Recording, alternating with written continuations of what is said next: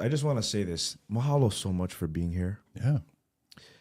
Chief of War was something that was so special to me. Every Thursday night when I got off of work, I was excited to go home so I could watch the next episode.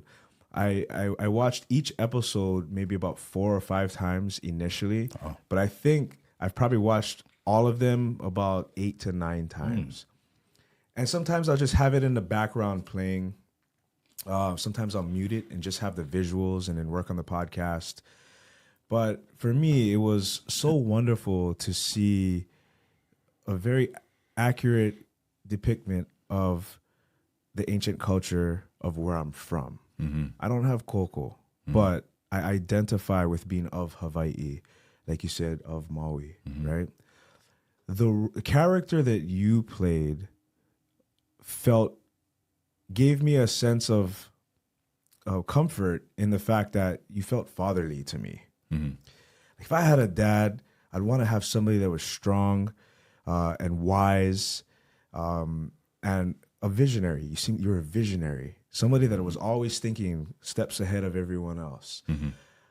You killed that role. So let me ask you, in Chief of War, Moses Goods as Ali'i Moku, a highly significant supporting role. When it comes to authenticity versus drama, what was the most challenging aspect of portraying your character? Ooh, authenticity versus drama. I guess the biggest challenge for me was getting ready for the role. Of course, I'm doing a massive amount of research, which includes, hitting the history books, but also just, not even research. It's just me connecting with this kupuna in my own way, in a, I will say, a spiritual way, right?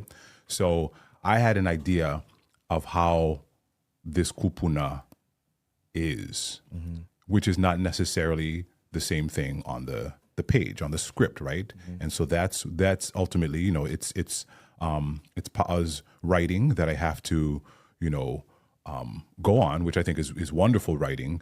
But of course, I have differences in how I want to portray him, and so I guess it wasn't a difficult challenge, but it's just one that it goes with the territory, right? You gotta talk it out between the actor, the writer, the director, and come to a place where you're all comfortable, which we did. But I will say that initially, I'm like, this guy Kahanamoku was one of the most badass fighters ever. And they don't really show that, but he did some things that are just like will blow your mind in terms of fighting technique and mastering the lua technique of fighting, going into battle with spears in him and still defeating his enemy. Like the ʻāhulā that I wore, it's a replica, but the real one, it was recorded that the spear holes and the blood was still in the ʻāhulā. He got stabbed multiple times and still went forward. He was one of the best strategists, in the whole kingdom. So I'm like, this is the guy. But of course, the story needed to have my character be very not subdued, but more all up here. Yeah. Which I ended up, loving. I love how the way it was written in the end. But of course, I had to arrive to that point where it's like, okay, I had to balance my thought on how this kupuna would exist and also the other, the creators. So in the end, it worked out really well because I love how he was portrayed. But getting to that point, I think is, was always a challenge for an actor, I think. On your ʻāhulā, they had the black spot in the back. I heard you say something about your back getting tense or something like that. Can you explain that story? Okay, that was the moment that I knew that Kahanamoku was actually with me. And it was a very scary moment for me.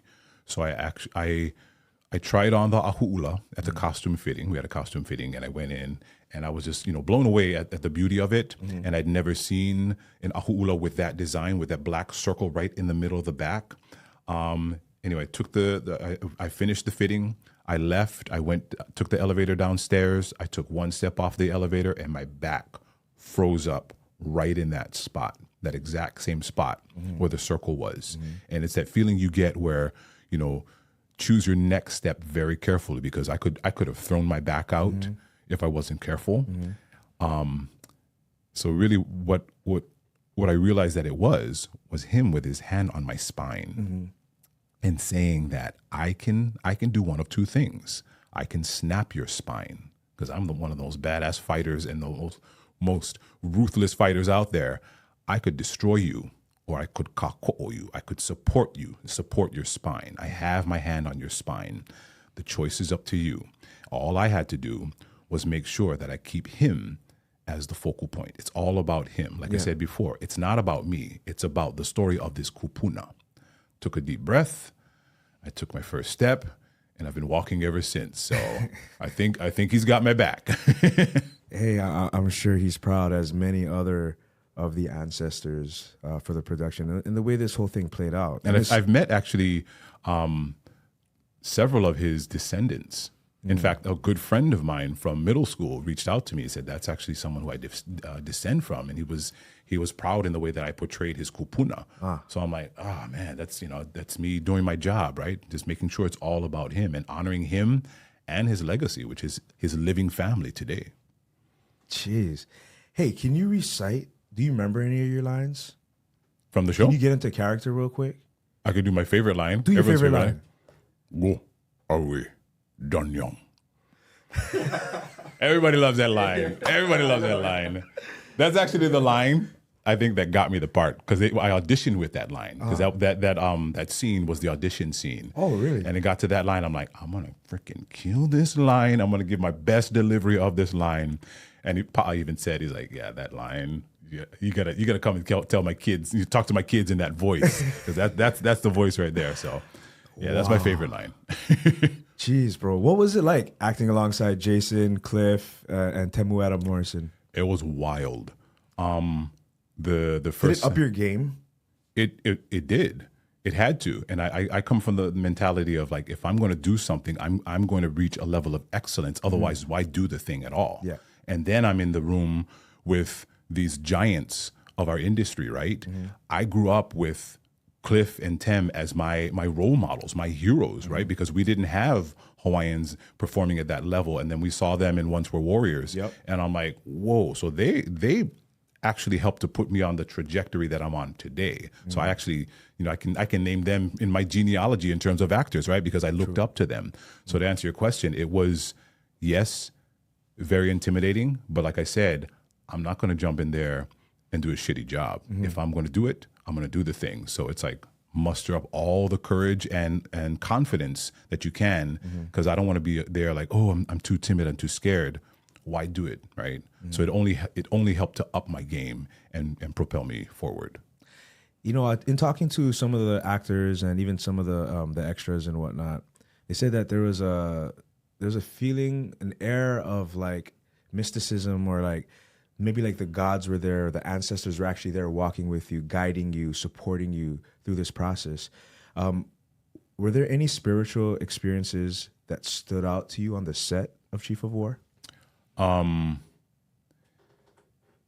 There was, it wasn't necessarily on the set, but the day we landed on the Big Island was the day that the lava started to flow from that one vent that it was close to Hilo, because we were staying in Hilo, and you could actually see it at night from where we were. And so that was like, what is going on? Of course, as Hawaiians, we're going to look at that as a ʻailona, as a sign, right? Because when something like that happens, it's like, it means something. Hopefully it means something good, which I think it ended up, that was the case. Then when we get to Aotearoa, which is where we did most of the filming, it was the worst flood that Auckland had experienced in decades. Cars were being carried away by the water. And meanwhile, we're upstairs in our hotel, just kind of waiting it out, because we're trying to, we want to film, and the filming was pushed back a little bit. I can't help but look at that as another ʻailona. And it's like these things, these elemental things are happening, these spiritual things are happening. I think it's.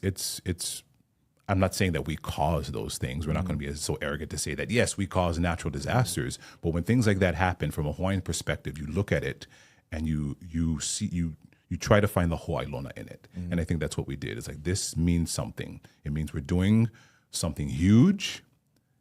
So let's let's do the thing. Let's get it done.